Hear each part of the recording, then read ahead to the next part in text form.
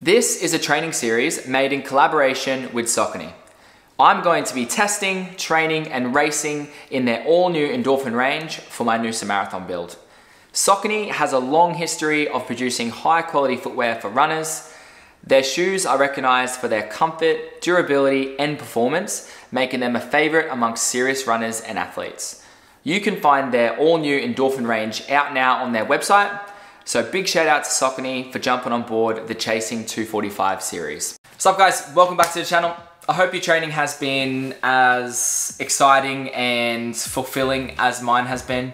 Obviously that was a joke. It's been a bit of a punish lately, but we'll get into that later. For today's video, I'm talking all things training from my previous week. So the week of the 4th to the 10th of March. Like I said in the previous video, I wanted to sit down and have like a more of a conversational style recap video of the previous week where I talk through my training, I talk about everything from the good, the bad, and the ugly. I wanted to make these videos more chill and maybe something that you could listen to while you're driving in the car or you're mowing the lawn or whatever you like to do in your spare time. I guess that's none of my business, but that was kind of the idea behind this series. So without further ado,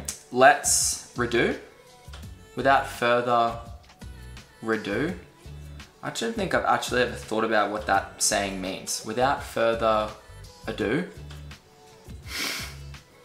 I'm gonna Google it, hold on. Ado. Without further ado. What does ado mean? Without any fuss or delay, immediately. Without further ado, he hurried down the steps. Okay, well, I'm learning something here. So I got Strava on my phone, so let's just jump straight into the week that was the 4th to the 10th of March. We're gonna start on Monday because in my opinion, you're crazy if you start on any other day. I've never really understood anybody that starts their week on a Sunday. Although actually, I don't think I even know anybody that does that. But if you do that, we can't be friends.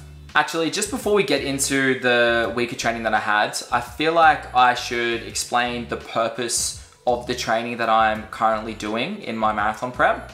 So right now, Coach Matt has got me doing 2 hard sessions a week.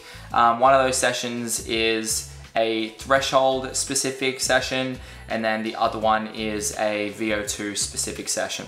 So basically I'm still building the base with my easy and long runs, but I'm trying to get my top end speed up so that it'll complement those easier runs and those long runs and make marathon pace hopefully feel easier by the end of the block. That's the goal anyway. So yeah, starting off with some speed work earlier in the block, and then as we get deeper in, we're gonna shift our focus to more longer reps, more of that threshold stuff, and then working more around that goal marathon pace. So getting into my last week, starting on Monday, we start off with a 40-minute recovery run. This usually works out to be around 8K for me, so around 5-minute pace. That's probably a little bit faster than recovery today, but I was genuinely feeling pretty good. Usually with the recovery runs, I don't look at the watch, don't even worry about what pace I'm doing. I go totally off feel and make sure I'm not overdoing it. Hence the purpose behind a recovery run is to not add any more fatigue than you already have. It's to pump the blood through the muscles and actually give you that recovery aspect. Very different to an easy run, of course. Then moving on to Tuesday, we've got a threshold session planned for the day. This session was some kilometer reps, okay? So it went 2K, 1K, 2K, 1K, 2K. And these all had 90-second standing recoveries in between. All of the 2Ks were run at half marathon efforts, and then all of the 1Ks were done at 10K effort. Okay, so those paces ended up being around 340 for the half marathon efforts and then 330 for the 1K efforts. And I remember on this day, it was hilariously windy. I've written it here in my Strava. It says second 2-kilometer rep was hilariously windy. And I remember I did it out in a new estate where there wasn't much coverage for buildings because there was no buildings that had been built yet. And I remember the first 1-kilometer, the first 2-kilometer and 1-kilometer rep out, I was laughing. I thought, I'm incredibly fit right now. this feels awesome. And then I turned around and I realized I had the strongest wind possibly ever up my ass. So then, yeah, it was hilarious. It felt like I was running on a treadmill. Long story short, the effort was harder than it should have been, but overall, a really good session. I do pretty much with all of my workouts, it's a 15-minute warm up and cool down. So that just adds about 6 Ks of volume. And then that was 14.5 kilometers volume for the session. So next day, we've got just an hour easy. That one was done at 4:56 pace. My heart rate stayed around 144, so that's just right around where I want to be. It was actually programmed as a hilly easy run, but I did the best of what I could around my estate. As you can see on the map, if I show it, there's a lot of zigzagging. It's because there's not many hills, so I just kind of did what I could with what I had. But yeah, that ended up being really good. That was 12K added to the mileage. Next one, coming around to Thursday, we've got another afternoon run. This was very, very hot. I ran this at 4 p.m. in the afternoon. Tried to run as late as I could to get home in time to help Michaela make dinner. I don't like to run any later than that because I feel like you gotta make dinner with your partner. It's just one of those things where you get to bond over doing something together, and then you get to eat it together, and it's a whole process. And she already makes dinner without me a fair bit, so I don't want to make her do that too often. So yeah, we had 80 minutes easy. So I ran 16.1 Ks and that was 4:58 pace. Again, that was a nice easy pace. I managed to keep the heart rate around 142, so bang on as well. Not that I'm too stuck on heart rate training, but it's always nice finishing your run and then looking at it and knowing that you were in that zone too. Then we have Friday, which is my second session for the week. We've got hill intervals. So I actually filmed a YouTube video on this. It was in my previous episode of the Noosa 245 video series. So if you haven't seen that, make sure you jump across and see that. Although I don't think anybody will be watching this without watching that or caring about that, to be honest. Just hearing me waffle about training. Anyways, it was hill intervals. It was my first ever hill session. And yeah, it's pretty funny. If you go back and watch the video, I talk about how I thought it was gonna be an easy session and then I was humbled by just how tough it is. But the session went as follows: 15-minute warm up, 15-minute cool down. And then we've got 8 rounds of 1-minute hills, or 1-minute effort up a hill, and then no more than 90 seconds jog back down. And then 8 rounds of 30 seconds up the hill with no more than 60-second jog back down. And then last round was 8 rounds of 15 seconds up the hill with no more than 30-second recovery jog back down. This ended up being 13.5K of volume for the session. Took me about an hour, and yeah, it's a pretty funny session. Humbled me, and I will say that I was pretty sore after that one, which a friend of mine warned me that I would be so, and he was right. I was pretty sore. Calves and Achilles are still feeling it today. And the next day, so Saturday, I just went down to my run club. Because I do the 2 sessions during the week, I don't usually join in with the run club session. I just jog around and motivate people as they go around the fields, and while they do the session that I've planned. So the session that I planned these guys was, what was the session?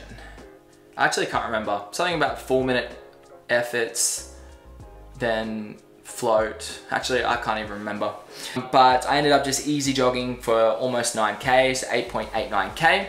And then we come to Sunday, the Sunday longie.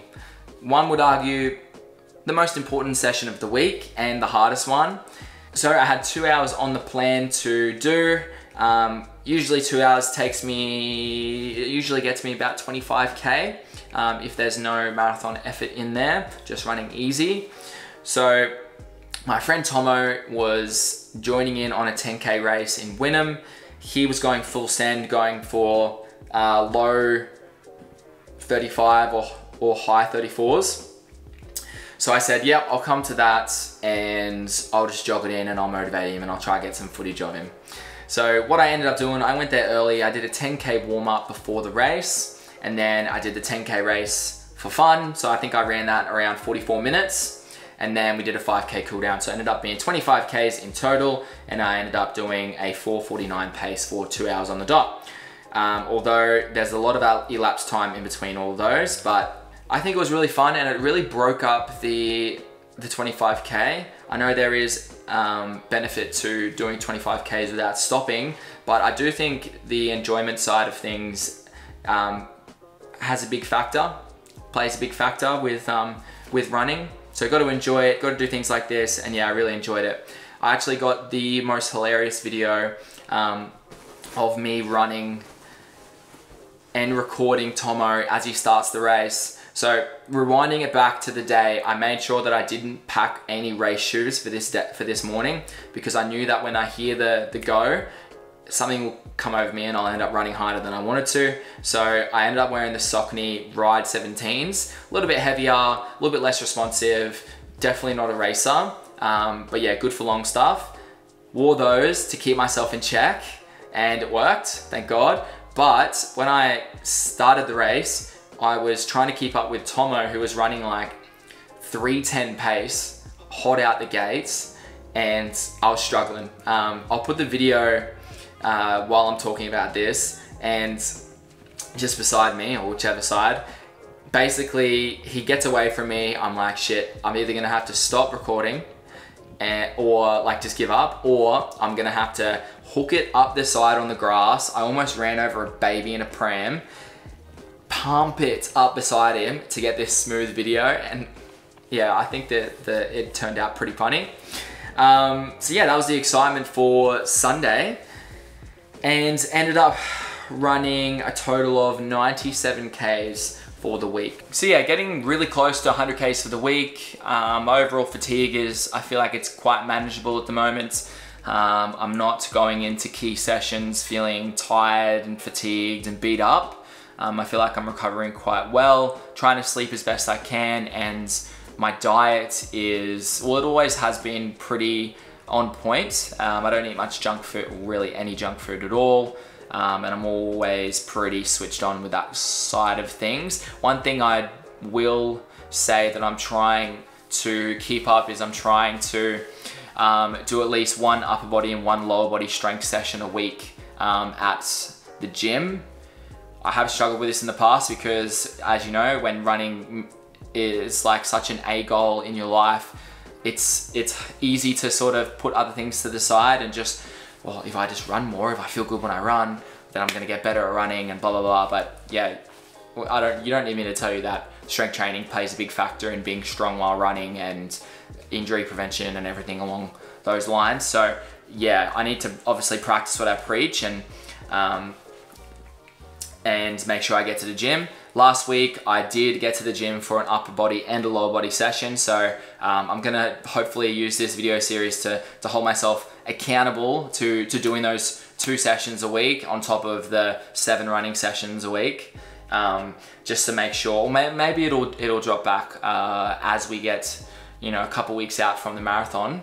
But yeah, we'll see how the body's feeling. The one thing that just gets me with doing legs is I had to learn not to go too hard in the gym doing legs, because then I'm sore for the next 3 days, and it just kind of ruins my Tuesday threshold session. Like I still want to be in the best position I can to perform the best I can on those days, get the most out of them.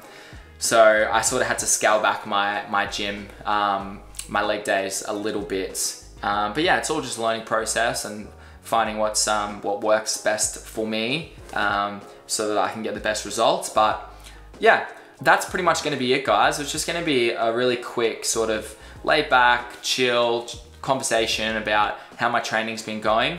I think what I might do as well in future episodes is I might put a question box on my Instagram, and you can also comment any questions down below that you'd like me to answer, and I might just answer a few questions at the end of each of these videos, each of these weekly videos. It could be anything to do with marathon prep, anything to do with me personally, like my nutrition, any more details that you guys want to know about my training, anything like that. Feel free to swing me a message, or swing me a DM on Instagram with your question, or even just comment down below of this YouTube video. We can go from there. Yeah, I think that's a good idea. Just made that up on the spot, but I think that'll be good. I'm gonna leave the video at that, guys. Thank you so much for watching. I'll see you guys again next week for this week's recap. If you could like this video and subscribe to the channel to support the series, that would be amazing. Thank you so much for watching, guys, and I'll see you in the next one. Peace.